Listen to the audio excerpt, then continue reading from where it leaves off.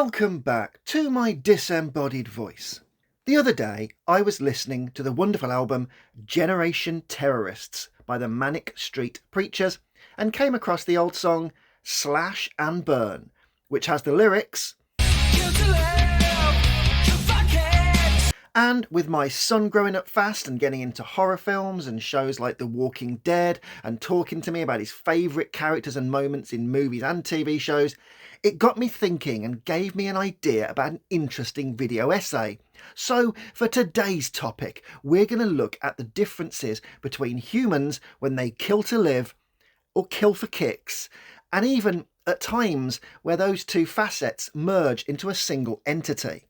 Now, let's be clear here. I'm not talking about mythical monsters or any type of shark or prehistoric creatures. After all, the T-Rex might have been the king of the dinosaurs and a carnivore, but if the T-Rex doesn't kill, then it dies, as its needs are purely for food and food alone. It's quite a different kettle of fish for the T-Rex or the shark from Jaws, as if they had a moral conscience or felt sorry for the baby dinosaur or cute bather they were about to eat, they would simply die of starvation because of that moral conundrum. So, for context here, we're not talking about carnivores killing for nutrition. Now, as humans, we have more ethical notions behind slaughtering our own species, and that comes with a psychological caveat as well. So, for today's video, we're going to have a hodgepodge of post-apocalyptic worlds where humans are dwindling, and also the modern-day world where some people need to exact revenge on criminals who have hurt and ruined the lives of the protagonists. So, without further ado, let me climb the crow's nest and shout, spoilers ahoy, and get ready today for the flow-through chart, which is kill to live, kill for kicks, kill and mix. Right then, let's crack on.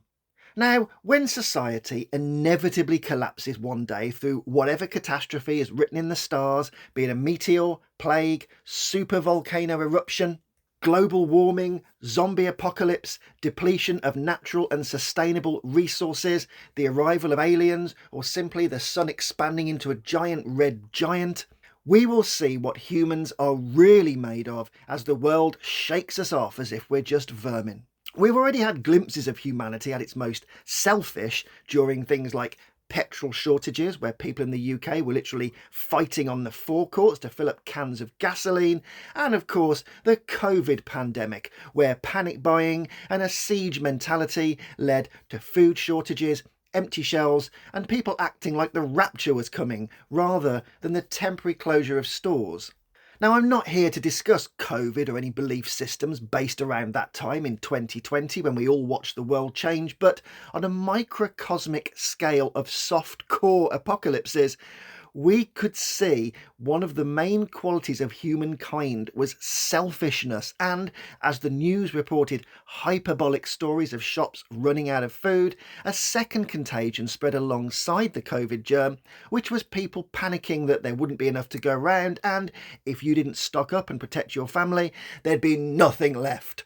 Of course, there's always plenty left, and the COVID pandemic was far from the zombie apocalypse, and we live in a world of supply and demand from 24-hour industrial factories churning out nationwide supplies of everything from baked beans to toilet paper to pasta to washing up liquid. But when mob mentality sets in and too many people are buying more than they need, then the domino effect of panic buying spreads through the populace and we head into the territory of resource guarding.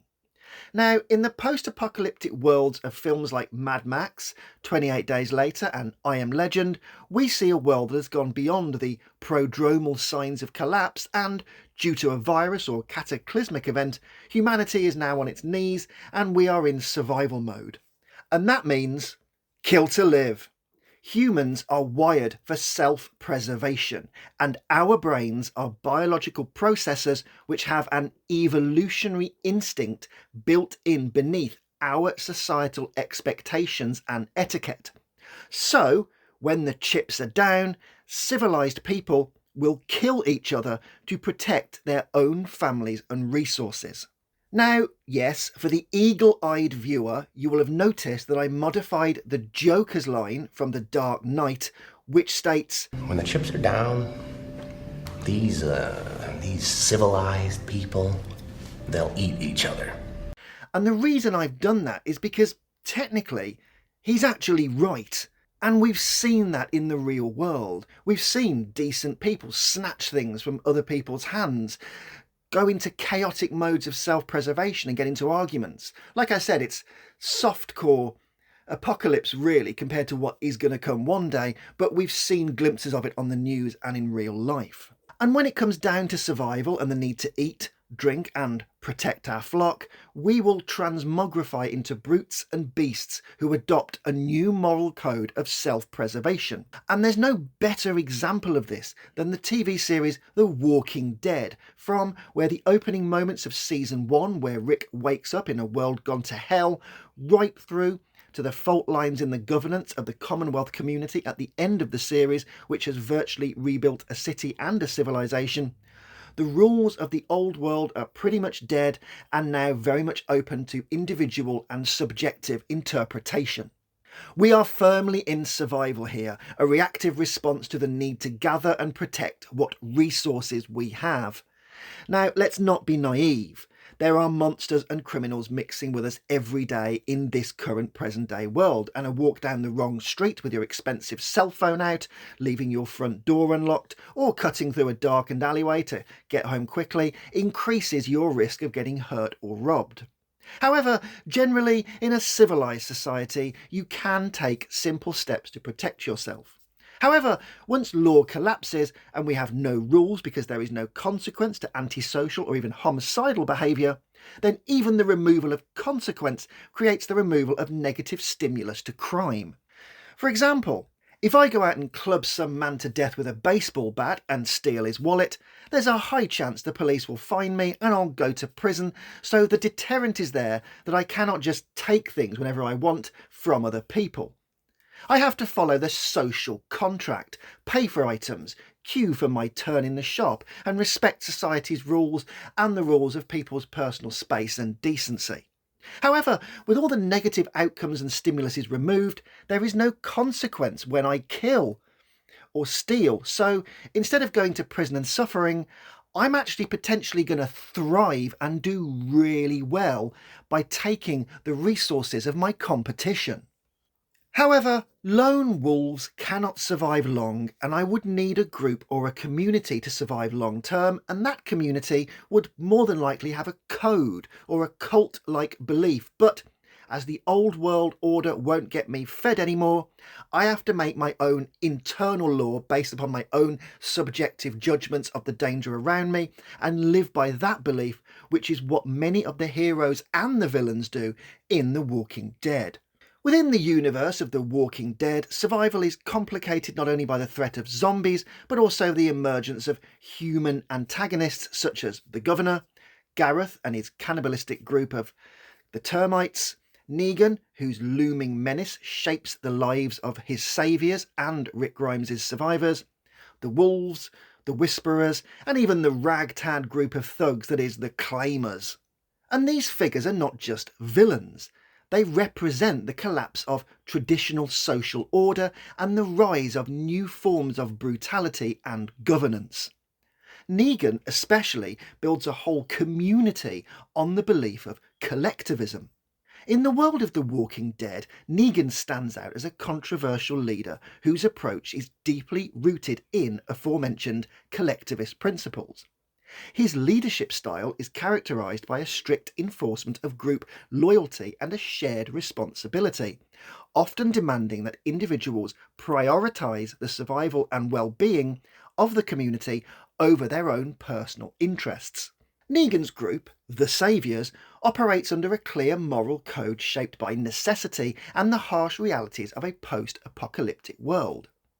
Negan's group is only as strong as the weakest link, and the strongest link is Negan himself, so all the Saviours must become strong links and call themselves Negan, unified by a collectivist approach. And by emphasising collective action and discipline, Negan ensures stability and protection for his community, but his autocratic methods raise important questions about the balance between group cohesion and individual freedom. And this exploration of Negan's leadership offers insight into how collectivist ideals can both unite and divide, especially when survival is at stake. And in The Walking Dead, for anyone caught by the tornado of the Saviour's New World Order, they must pay a 50% tax and give half their stuff to Negan and his cult. There is often some lives taken, kind of an example set down as Lucille the Bat will get to work caving some heads in, but after that the group gets the protection and can live as long as they continue to pay the 50% tax. However, with Lucille the Bat caving heads in to set a clear marker that dissent will not be tolerated and Negan is king of the castle, the Saviours kill to live through a collectivist and plutocratic world order. The zombies themselves in the show, individually, are not the greatest danger. They can be in huge hordes, and it's what the Whisperers utilise when they kind of go right back to the beginning of the zombie evolution and start hoarding them and using them as weapons and a society to live amongst. However, as The Walking Dead progresses, the protagonists and the antagonists realise that the true threat arises from the fellow survivors, be they organised bands of bandits or ordinary people driven to madness by horror and desperation. If you read the story Here's Negan, you get an insight into who Negan was before he became the plutocratic and autocratic leader of the Saviours. He was a decent-ish man. Yes, he cheated on his girlfriend, but when she passed away, he went to find his own place in the world. He tried to fit in with various groups and saw things he didn't like. A big guy, able to look after himself, he adjusted and adapted to the world, and soon people followed him. And the more that his preaching, if you will, and his way of life and his offering of security, with some caveats of violence, drew people in, the larger his group grew, and the more it could exterminate and eliminate other groups. It's not that far off from Crusades, where huge armies would go around decimating countries and areas and taking over and adopting a new way of life. And The Walking Dead employs this trope to highlight the shifting nature of fear, as survivors come to fear their fellow humans more than the rotting, flesh-hungry zombies that roam the earth. Even creator of The Walking Dead, Robert Kirkman, notes that The Walking Dead reflects and critiques real-world social dynamics. The series suggests that when people face drastic changes to their environment or their understanding of what it means to live, they may struggle to adapt, sometimes resulting in increased violence, chaos and loss of life. Rick Grimes, Negan, the Governor and the Termites realise this as they all overcome challenges and adversity and near threats of death and start to cement themselves in the world by a code of brutality. Now, like I said, not all characters in The Walking Dead started out as monsters. Negan was a loving husband who, yes, cheated, but wasn't exactly going around clubbing people to death. The Governor was a loving father, and other characters have tried to be good, like the cannibal Termites, but after being overrun, beaten, tortured and gang-raped, they forged a new constitution where they quite literally ate the living and vowed never to be compassionate again, and humans were resources, but they were a resource of food. For the Governor, once a typical husband and father, he becomes a murderous, power-obsessed figure after the apocalypse who declares, "In this life now, you kill or you die and you kill." This philosophy drives the Governor to commit acts of torture and murder, including holding captives in rooms with walkers, orchestrating mass killings, and engaging in some executions. His descent into savagery illustrates how the kill or be killed mentality can overtake individuals within a society stripped of its former values. The Governor loses himself to power, and the kill or be killed overtakes his entire sanity. Rick Grimes himself has a similar descent, but meets his match in Negan. By Series 6, Rick feels fairly invulnerable, and although he cares for his group and they are building an empire in Alexandria between new communities, he unfortunately takes out a base of saviours and then gets truly humbled by Negan and his thugs. After Abraham is killed, Daryl is taken hostage, and then Glenn is killed as well. Rick is then humiliated after a prolonged scene and begs for his life and begs to save Carl and promises to follow Negan, and it takes a long time for this mental fear to be quashed and for Rick to go to war. Rick's view of the world, which is also kill or be killed, is changed when a bigger army of more merciless thugs, the Saviours and Negan, overrun the Alexandria community and his group. And, coming back to our world, although not plagued by flesh-eating zombies, the kill or be killed mentality is evident, and we have seen glimpses of it in places where there are war and even in places where there's been catastrophic disasters and people are desperately fighting for their lives. However, with our brain's limbic system evolving from when we were cavemen outrunning saber-toothed tigers, the amygdala's fight or flight response enables us to pick the battles we can win and run from those that would threaten our lives. And there are also other parts of the brain which light up when we come to part 2 of the flow-through chart, because now we aren't in the process of killing to live out of necessity and reacting because our fight, flight, fawn or freeze system is going to be the determinant in whether or not we live or die. Now we're in the territory of killing for the purposes of hedonism, sadism, enjoyment, release and pure fun. And that is kill for kicks. Personality and brain deficits aside in serial killers and people who commit acts of violent crime, humanity is slowly numbing to what once shocked us, and moving away from survival, we are now entering the realm of gratification. There are many reasons why people kill: sexual release, power, control, sadism, narcissism, hedonism, personality disorders, mental illness, brain damage, or simply the lack of empathy as seen in psychopathy. But when we're talking about killing for kicks, the point is there is no need for survival. We're doing it because it's just a bit of fun. The Joker in The Dark Knight kills for kicks. Sir Lord Jimmy Crystal in The Bone Temple kills for kicks. Even though there are elements of killing to live in 28 Days Later, Crystal is most happy when flaying people alive or watching them fight to the death. And slasher villains like Jason Voorhees and Freddy Krueger also kill for kicks because either out of spite for the parents who burned him alive for Freddy, or to take revenge on the good-looking kids who were smoking pot and having sex while the little boy drowned, the ultimate goal is still enjoyment and release. Now, in modern psychology, if we were to take Krueger, Jimmy Crystal, and the Joker, and many more movie villains, criminologists have concluded that these individuals generally fall into one of 2 categories: act-focused killers or processed-focused killers.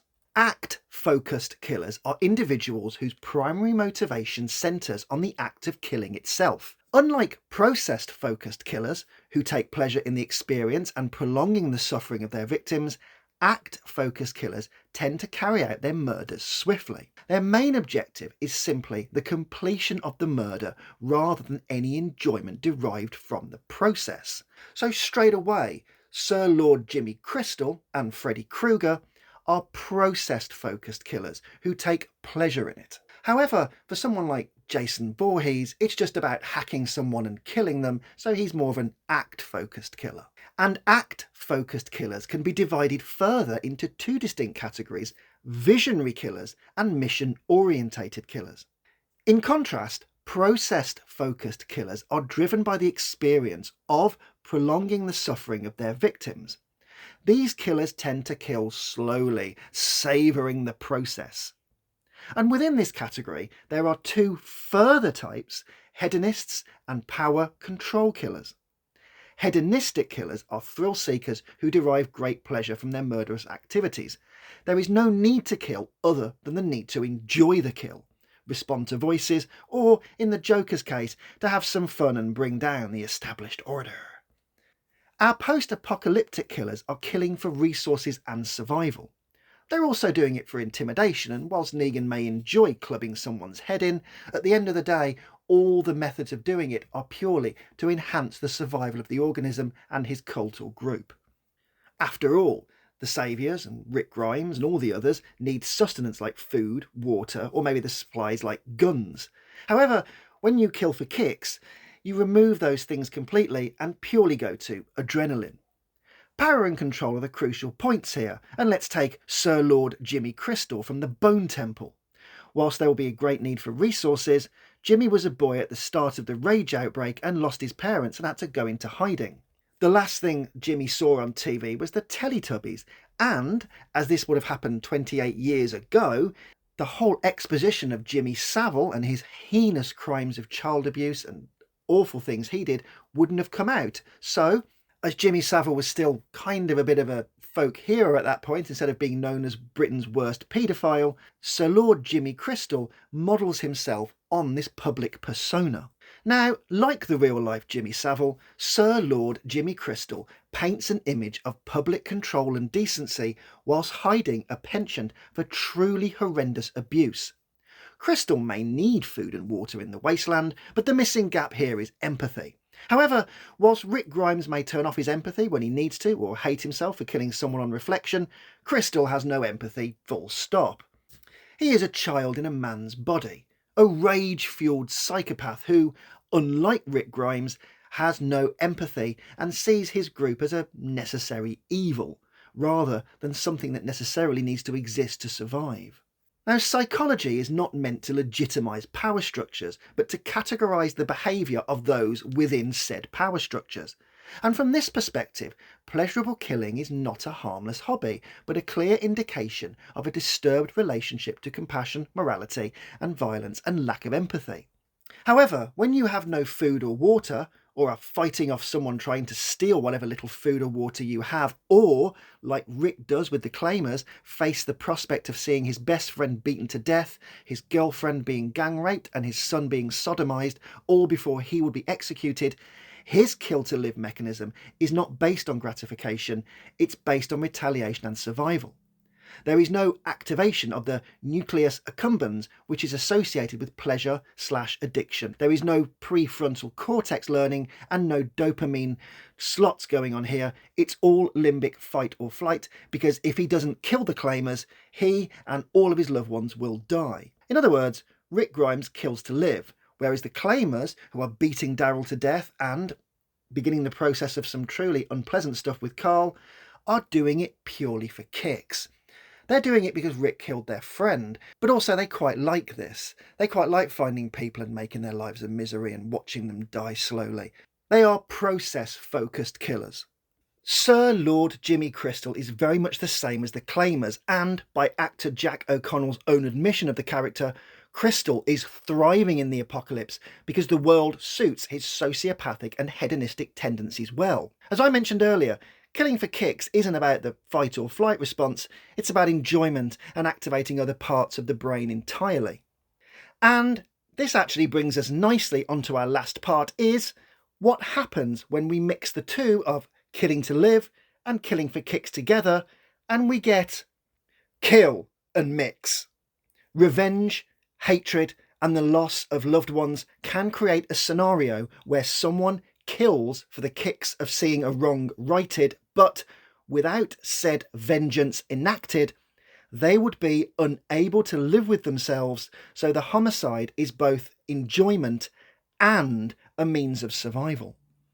Just imagine facing the absolute worst horror of your spouse or children being killed. How could you even comprehend going on after such trauma? Well, in movies, the revenge genre has long debated this dilemma and shown the positives and negatives of an egregious act being rectified by an even more egregious act of retaliation. In the movie Law-Abiding Citizen, Gerard Butler is forced to watch the murder of his wife and child. Then the lawyer, Jamie Foxx, does his job, but it's the sleazy, nasty side of his job, and the killer pretty much walks free. At this point, Gerard Butler is a wreck, a broken man who is crying, pathetic, beaten down and tormented. We don't see much, but his life falls apart off-screen, and with things like alcohol more than likely playing a part, Gerard Butler is heading towards his own grave via the mechanism of grief. So, suddenly, he becomes energised by revenge and starts a master plan. What happens next is entertaining if a little silly, but the point is echoed in many revenge films like Peppermint, Silent Night, where the protagonist is failed by the law and is a broken mess, only to energise within the purpose of finding revenge. Cue montages of bodybuilding, knife throwing, learning self-survival skills, and then the criminals getting what they deserve. The point here is that without the kill for kicks revenge motive, the protagonist is sliding into alcoholism, self-destruction, and self-ruin. However, once they start their mission and begin hunting down the bad guys, they start to recover a sense of themselves via killing. Yes, there's the process-focused killing here that they kind of are enjoying seeing some vengeance exerted back towards the perpetrator, but without killing these people, they have no control and they're heading towards their own graves more than likely by taking their own lives. To put it more simply, they kill the bad guys so they can live again and enjoy themselves whilst doing it and finally feel alive. Okay, so there's no post-apocalyptic resource guarding here to survive, but unless they get their own justice by slaughtering the perpetrators who got out of criminal offences, they will simply die from grief or either self-neglect or, as I said, suicide. So whilst there is great enjoyment in slaughtering the men or women who killed their family, the torture scene in Law-Abiding Citizen is pure sadism when Gerard Butler straps the man who killed his son and raped his wife alive whilst slowly removing his limbs with saws and genitals with various cutting tools. The act of finally balancing the scales enables Gerard Butler to carry on living and have a purpose for life. He's killed that person so he can actually live and carry on living, even though what he then goes into is kind of a killing for kicks, as he starts blowing people up and generally being an overall dick to many people. We are at the intersection of human psychology here, and although revenge can function as a mechanism for survival, particularly after an individual has suffered profound loss, it psychologically makes them feel alive, and hence we have the grey area of vigilantism and what are the ethics of taking the law into your own hands, and if you do, then are you any better than the criminal who has wronged you? So revenge helps to control and transform grief and thus helps the person to move on and live life, whilst as they're fueled by anger, it can also be accompanied by elements of sadism and a dark side of humanity where the empathy tap is turned off and there is great satisfaction in the deaths of those that wronged the protagonist. Also, as the revenge is even more egregious than the crime itself, the overkill of retribution truly brings home the kill for kicks motive we discussed earlier. Either way, murder is an unpleasant facet of society. It's against the law, and I'm pretty sure 99.9% of the population would agree. However, when contextualised and portrayed in great movies and TV stories, we can break down the compartmentalised aspects of the human psyche of why someone commits such horrible crimes, and it becomes a fascinating thing to voyeur and engage over as we look at the ethics, the right, the wrong, love to hate the bad guys that do it for enjoyment, thrill when Rick fights back and saves his son. But overall, we can look and make our own estimations about how society would fall apart and what we would have to do if we were put in that situation. Like I said, kill to live, kill for kicks.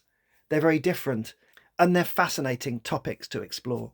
Anyway, that's it for this week's video. So remember that psychology is cool. So cool. Please like, share and subscribe as more subs means more vids, and even leave a comment or start a discussion as healthy debate is always welcome on here.